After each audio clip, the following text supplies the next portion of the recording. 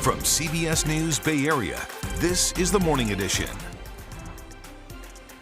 Good morning. Are you traveling this Memorial Day weekend? Well, make sure you come prepared and are ready to wait in some pretty long lines here this morning. We're live at SFO with more on what you can expect this weekend. And the roadways are going to be busy as well, especially this afternoon for that getaway weekend. And we've got a lot of events happening throughout the Bay Area. I'll have your workarounds and how to save some time coming up. And we are off to a misty and cool start to the morning forecast here in the Bay Area. Heading into this weekend, it'll stay relatively cool. I'm going to have more on your Memorial Day forecast coming up in a bit. CPR is so easy to learn and so important because it's saved guys' lives.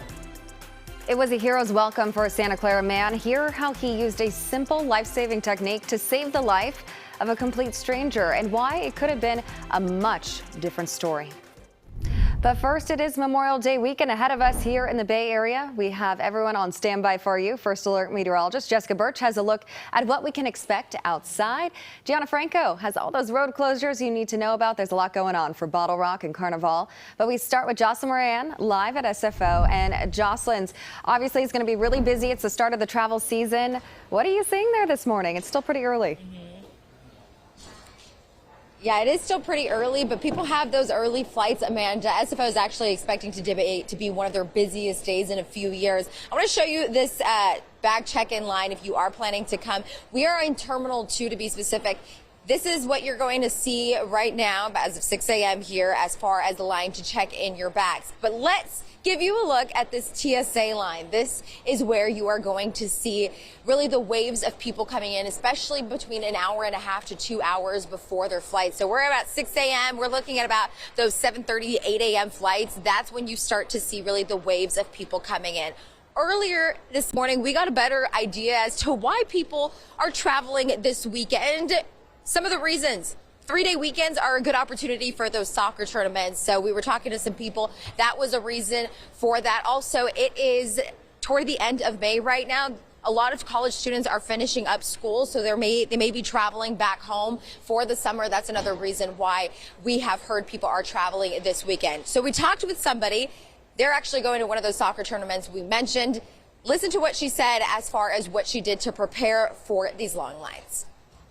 We just got here super early, so we got up at like 2:30 this morning to get on the road and travel here and make sure we are all ready to go through the gates and meet our team.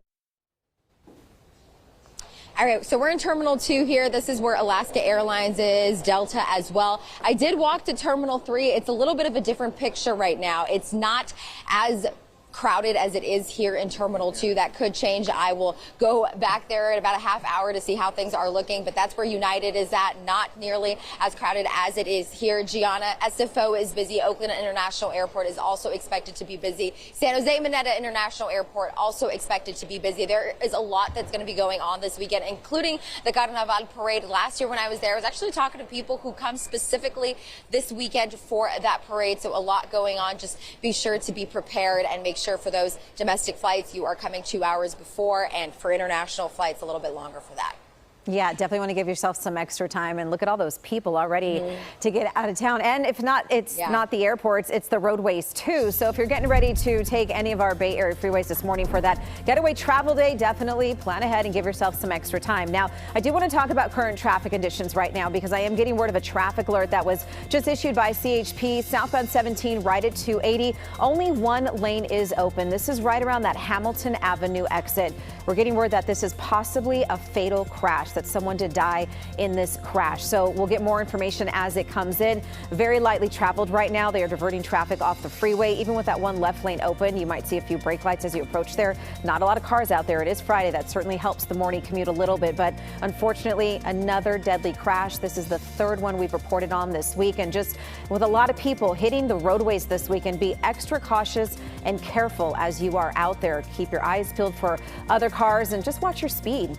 All right, our busiest freeway freeways expected for the Memorial Day weekend will be 80, 101, and 580. Those are typically our getaway routes. Eastbound 80, maybe for folks heading over to Tahoe. 580 if you're trying to make that trek over to I-5. And of course, 101. Maybe you're going to take a ride along the coast along Highway 1. Friday this afternoon between 3 and 6 will be the busiest time on the roadways. And that's right in the heart of drive time as well. So definitely start thinking about that. Monday, if you're coming home, afternoon will be busy, as well as Tuesday afternoon. We'll see some pretty busy traffic conditions. Bay Area bridges will likely be very busy. So Bay Bridge as well as the Golden Gate Bridge. So just expect delays. And if you can leave before noon, it is probably a very good idea. Now, if you are headed to maybe SFO or San Jose Mineta Airport or maybe Oakland, right now things are pretty quiet on the freeways. Northbound 101 from San Jose to SFO is only 37 minutes. So as far as the volume goes and brake lights, we're not seeing a lot of that.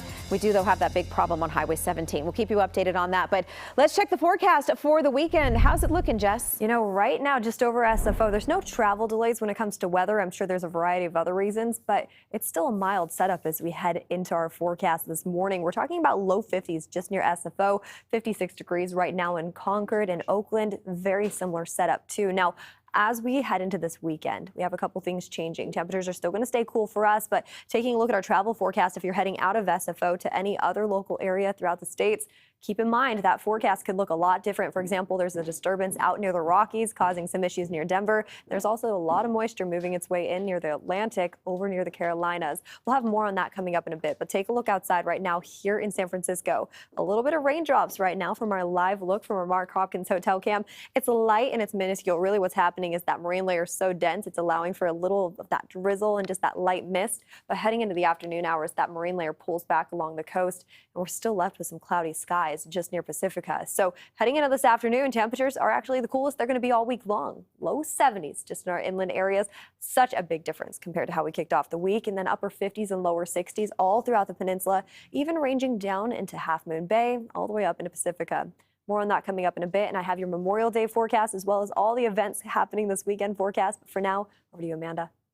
All right, you're set for the weekend. We will have much more on the busy holiday weekend all morning long. Stay with CBS News Bay Area on air and online at KPIX.com.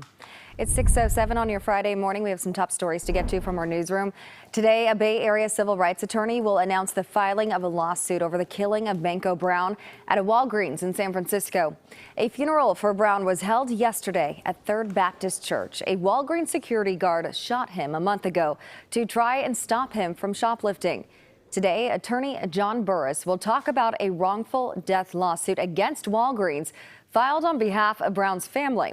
Now, Burris says Walgreens deliberately hired armed guards and instructed them to confront suspected shoplifters physically. He also says the guard involved was not well suited for work at that particular Walgreens. All right, well, lawmakers are beginning to travel home to their districts for the long Memorial Day weekend with no deal yet to raise the debt ceiling. Time is running short, too. The Treasury Department warns the U.S. could default on its debts as early as June 1st. That's early next week. CBS News has learned the White House proposal includes extending the debt limit for 2 years, rescinding unspent COVID funds, and a 2-year cap on spending.